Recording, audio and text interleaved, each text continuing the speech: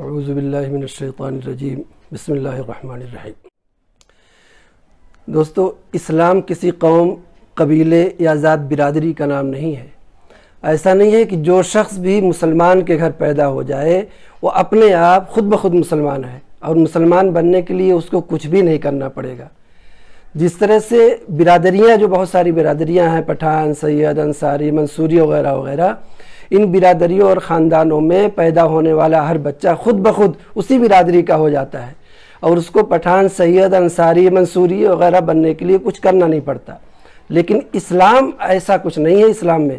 اسلام ذات برادری کی طرح کوئی موروثی چیز نہیں ہے کہ مسلمان کے گھر پیدا ہوا تو مسلمان ہی رہے گا، چاہے اسلام کی ایک بھی چیز اس کے اندر نہ ہو۔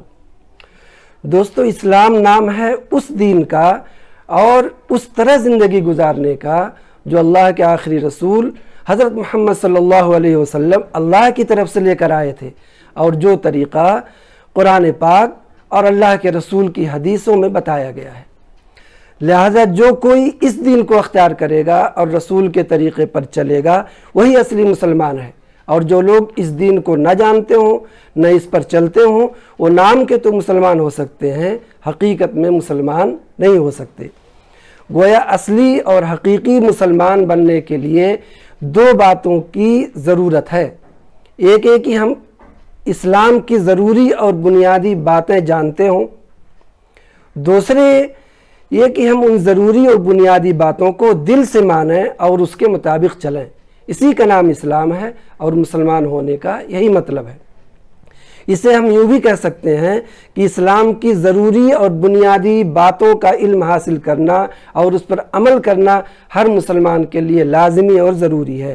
حدیث شریف میں آیا ہے، طلب العلم فریضۃ علی کل مسلم، یعنی دین کا علم حاصل کرنے کی کوشش اور طلب کرنا ہر مسلمان، مرد ہو یا عورت، اس پر فرض ہے۔ حضرت مولانا منظور نعمانی رحمۃ اللہ علیہ نے ایک جگہ لکھا ہے کہ دین میں جو چیز فرض ہے اس کو کرنا عبادت بھی ہے، یعنی اس کو کرنے سے ثواب ملے گا، اللہ کے ہاں اجر ملے گا۔ اس لیے دین سیکھنا اور دین کی بنیادی باتیں جاننے کی کوشش کرنا بھی عبادت میں شامل ہے۔ اللہ کے نزدیک اس کا بہت بڑا ثواب ہے، اور رسول اللہ صلی اللہ علیہ وسلم نے اس کی بڑی فضیلتیں بیان فرمائی ہیں۔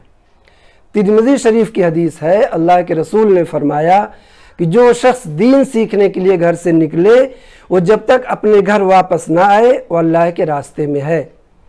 ترمذی شریف میں ہی ایک دوسری حدیث ہے کہ علم دین کی طلب اور اسے حاصل کرنے کی کوشش کرنا پچھلے گناہوں کا کفارہ ہے۔ گناہوں کے کفارے کا کیا مطلب ہے؟ کفارے کا مطلب یہ ہے کہ جو شخص علم دین حاصل کرنے کی کوشش کرتا ہے اس کے پچھلے گناہ معاف ہو جاتے ہیں۔ مسلم شریف کی حدیث ہے، اللہ کے رسول صلی اللہ علیہ وسلم نے فرمایا کہ جو شخص دین کی طلب میں اور دینی باتیں سیکھنے کے لیے کسی راستے پر لگے گا تو اللہ تعالیٰ اس کے لیے جنت کا راستہ آسان کر دیں گے۔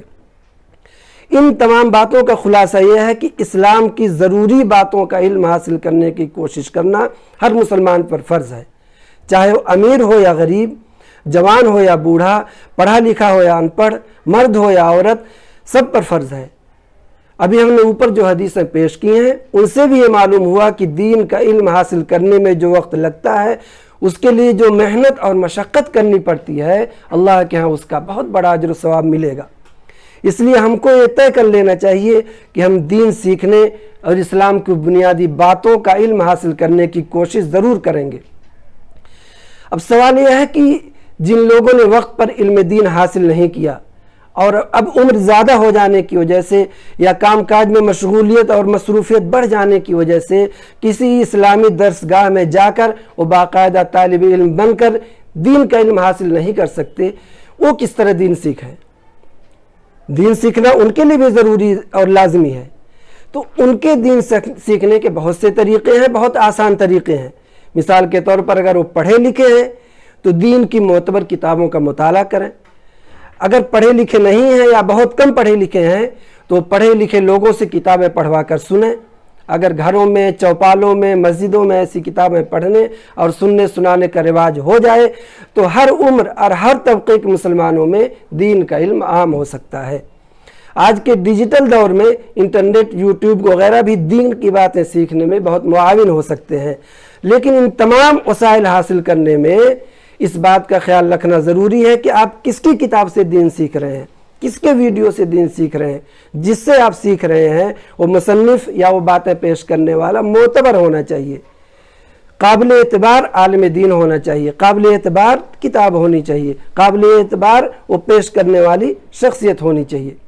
کیونکہ آج جو ویڈیوز یوٹیوب پر اپلوڈ ہو رہے ہیں، جس طرح کتابوں میں بہت سی الٹی سیدھی کتابیں ہیں، اسی طرح سے ویڈیوز میں بھی بہت سی الٹی سیدھی رتب و یابس ویڈیوز ہیں، اس لیے اس بات کا خیال رکھنا ضروری ہے۔ دین سیکھنے اور سکھانے کے لیے حدیث شریف میں بہت فضیلتیں آئی ہیں۔ ایک حدیث میں ہے کہ جو شخص دین کو سیکھنے اور جاننے کی کوشش اس لیے کرے کہ اس کے ذریعے وہ اسلام کو زندہ کرے گا، یعنی دوسروں تک وہ اسلام کے پیغام کو پہنچائے گا، اور اسی اثنا میں اس کو موت آ جائے تو آخرت میں وہ پیغمبروں کی اس قدر قریب ہوگا کہ اس کے اور پیغمبروں کے درمیان میں صرف 1 درجے کا فرق ہوگا۔ یہ دارمی کی حدیث ہے۔ دعا ہے کہ اللہ تعالی ہم سب کو توفیق دے کہ ہم خود دین سیکھیں، دوسروں کو سکھائیں، خود دین پر چلیں، دوسروں کو بھی اس پر چلانے کی کوشش کریں۔ شکریہ۔